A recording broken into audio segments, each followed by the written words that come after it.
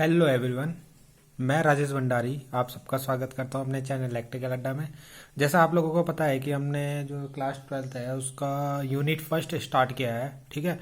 तो इससे पहले एक दो वीडियो हमने बना चुका हूं। तो आज जो टॉपिक हम लेकर आए हैं कुलाम्ब का नियम, जो बहुत ही ज़्यादा इंपॉर्टेंट है आपका क्या बोर्ड के हिसाब से, ठीक है। बोर्ड में बहुत बार क्वेश्चन आता है आपका, और ये जो आपने पढ़ा होगा इससे पहले भी बहुत बार पहले आपने कुलाम्ब का नियम पढ़ा होगा, ठीक है।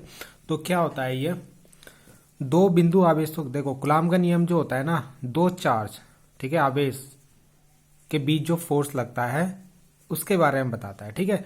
अब ये दो चार्ज कोई से भी हो सकते हैं, प्लस प्लस या प्लस माइनस, ठीक है, या माइनस माइनस। तो ये आपका दोनों तरीके का होता है, यानी ये जैसे प्रतिकर्षण भी हो सकता है, जब प्लस प्लस होंगे या प्लस माइनस होगा तो आकर्षण भी हो सकता है। तो ये जो इन दो चार्ज के बीच में जो फोर्स लगता है वो आपका प्रतिकर्षण और आकर्षण दोनों तरीके का हो सकता है। तो कुलाम्ब का नियम वही बोलता है कि दो बिंदु आवेश, ठीक है, तो आप दो आवेश ले लो, सपोज ये हमने ले लिया एक Q1 और एक Q2, ठीक। अब ये प्लस प्लस भी हो सकता है, प्लस माइनस भी हो सकता है, ठीक है। और दो बिंदु आवेशों के बीच कार्य करने वाला आकर्षण या प्रतिकर्षण बल, तो ये दो बिंदुओं के बीच जो आकर्षण और प्रतिकर्षण जो बल काम करेगा, ठीक है, F, इसको F से डिनोट करेंगे, जो भी ये बल लगेगा वो क्या करेगा, दोनों आवेशों के परिमाणों के गुणनफल, यानी दोनों आवेश है तो इनको परिमाणों के गुणनफल, तो यानी Q1 इंटू Q2 इनका गुणनफल करेंगे के अनुक्रमानुपाती, अनुक्रमानुपाती का साइन लगा दिया हमने, ठीक है। इससे फर्स्ट इक्वेशन बना लेंगे। और उनके बीच की दूरी के वर्ग के व्युत्क्रमानुपाती, तो इनकी बीच की दूरी हम ले लेते हैं सपोज R, ठीक है, इनकी बीच की दूरी ले ली हमने R।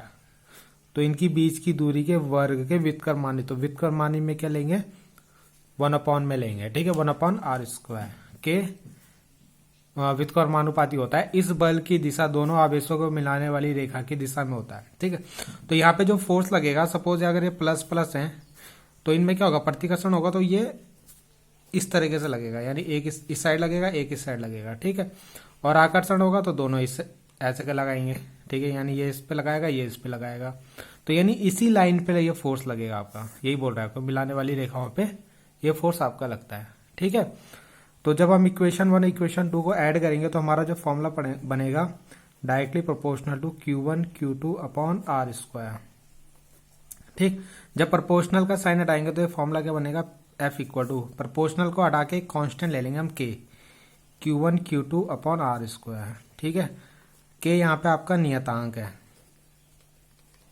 ठीक है, जिसकी वैल्यू मैं अभी आपको बताऊंगा। तो ये फोर्स का फॉर्मूला बन गया आपका, ठीक है।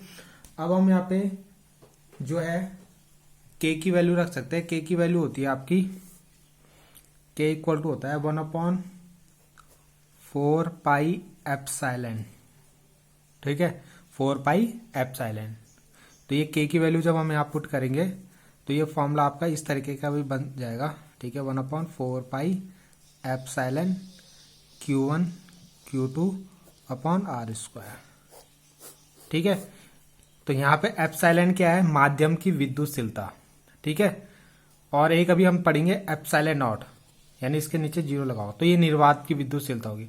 तो जहाँ पे यहाँ पे एप्सिलॉन नॉट आएगा तो ये फॉर्मूला जो फोर्स का फॉर्मूला होगा वो निर्वात के लिए होगा या आपका किसके लिए होगा, वायु के लिए, ठीक है।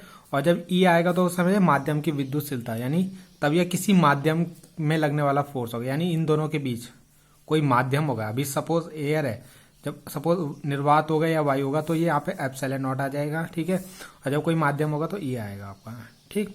तो इतना आपको अभी करना है, ठीक है। इसके आगे देखते हैं, यह है एप्सिलॉन नॉट की वैल्यू होती है, जो फिक्स वैल्यू है 8.854 इंटू 10⁻12 कूलाम स्क्वायर पर न्यूटन मीटर स्क्वायर, ठीक है। ये वैल्यू आपको याद रखनी है बहुत ही ज्यादा, ठीक है। वैसे पेपर में दी होती है मगर आपको याद रखनी है, तब जब आप इसके न्यूमेरिकल करोगे तो तब ये आपकी हेल्प करेगी।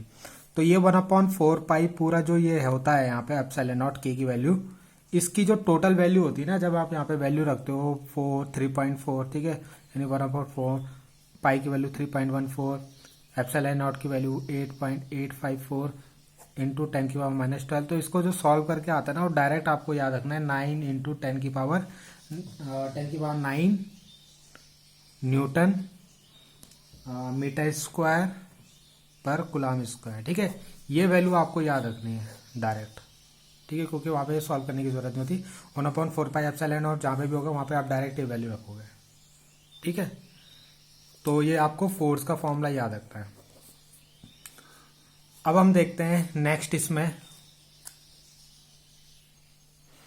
ठीक, अब जो हमने यहाँ पे इससे पहले हम जो नेक्स्ट है उससे पहले हम देखते हैं कि एप्सिलॉन और ये माध्यम की विद्युतशीलता क्या होती है। ठीक है, तो ये जो हमने दो चार्ज यहाँ पे रखे हैं Q1 Q2, इनके बीच में कुछ माध्यम होगा। जैसे सपोज आपने एक चार्ज यहाँ रख दिया, एक यहाँ रख दिया, तो इनके बीच में माध्यम होगा कुछ। सपोज निर्वात है, वायु है। ठीक है, तो उनकी वैल्यू तो इतनी होगी। तो यहाँ पे माध्यम का मतलब होता है कि जैसे ये Q1 Q2 है, ये आप एक दूसरे पे फोर्स जो लगाएंगे, यानी यहाँ पे क्या होगा, जब ये इस पे फोर्स लगाएगा, ये इस पे फोर्स लगाएगा, तो एक इलेक्ट्रिक फील्ड जनरेट होगा। ठीक है, तो माध्यम जो होता है यहाँ पे, जो भी माध्यम होगा, सपोज एयर है, वायु है, या कोई दूसरा माध्यम है, तो ये इस इलेक्ट्रिक फील्ड का अपोज करता है। ठीक है, इस इलेक्ट्रिक फील्ड के बनने का अपोज करता है। उसी को हम बोलते हैं माध्यम की विद्युतशीलता, या उसको हम बोलते हैं विद्युतशीलता। ठीक है, तो ये आपको याद रखना है, विद्युतशीलता क्या हुआ, इलेक्ट्रिक फील्ड का जो अपोज करता है, यानी इनके बीच में जो इलेक्ट्रिक फील्ड बन रहा है उसका अपोज जो करता है उसको हम बोलते हैं विद्युतशीलता। ठीक है, अब सेकंड हम इसके बाद जो नेक्स्ट टॉपिक हम देखते हैं, तो नेक्स्ट देखते हैं माध्यम का परावैद्युतांक। ठीक है, तो इसको हम डिनोटेट करते हैं के से। ठीक है, के से डिनोट कर लेते हैं इसको। तो ठीक है, तो ये होता है आपका E/E∁0। ठीक है, ई आपका मैंने बताया था माध्यम की विद्युतशीलता, ई नॉट आपका निर्वात की विद्युतशीलता। तो इनके जो रेशियो होता है उसी को हम बोलते हैं माध्यम का परावैद्युतांक। ठीक है, और भी इसके नाम होते हैं, जैसे विशिष्ट प्रतिरोधकता इसका नाम होता है। ठीक है, विशिष्ट प्रतिरोधकता तो किसी भी नाम से आ सकता है। और इसका नाम होता है आपेक्षिक विद्युतशीलता, नहीं, विशिष्ट प्रतिरोधकता वो लिखा मैंने, विशिष्ट प्रतिरोधकता नहीं, विशिष्ट परावैद्युतता। ठीक है, और ये होगा आपेक्षिक विद्युतशीलता। ठीक है, तो ये इसके और नाम भी है जो आपको याद रखना है। ठीक है, तो इसको के से डिनोट करते हैं या ER से लिखते हैं। ठीक है, रिलेटिव आपेक्षिक विद्युत आपेक्षिक विद्युतशीलता। ठीक है, तो यहां से अगर हम तो इसको ER से भी शो करते हैं, के से भी। अगर मैं यहां से E की वैल्यू निकालूं तो E की वैल्यू क्या आएगी, K∈0।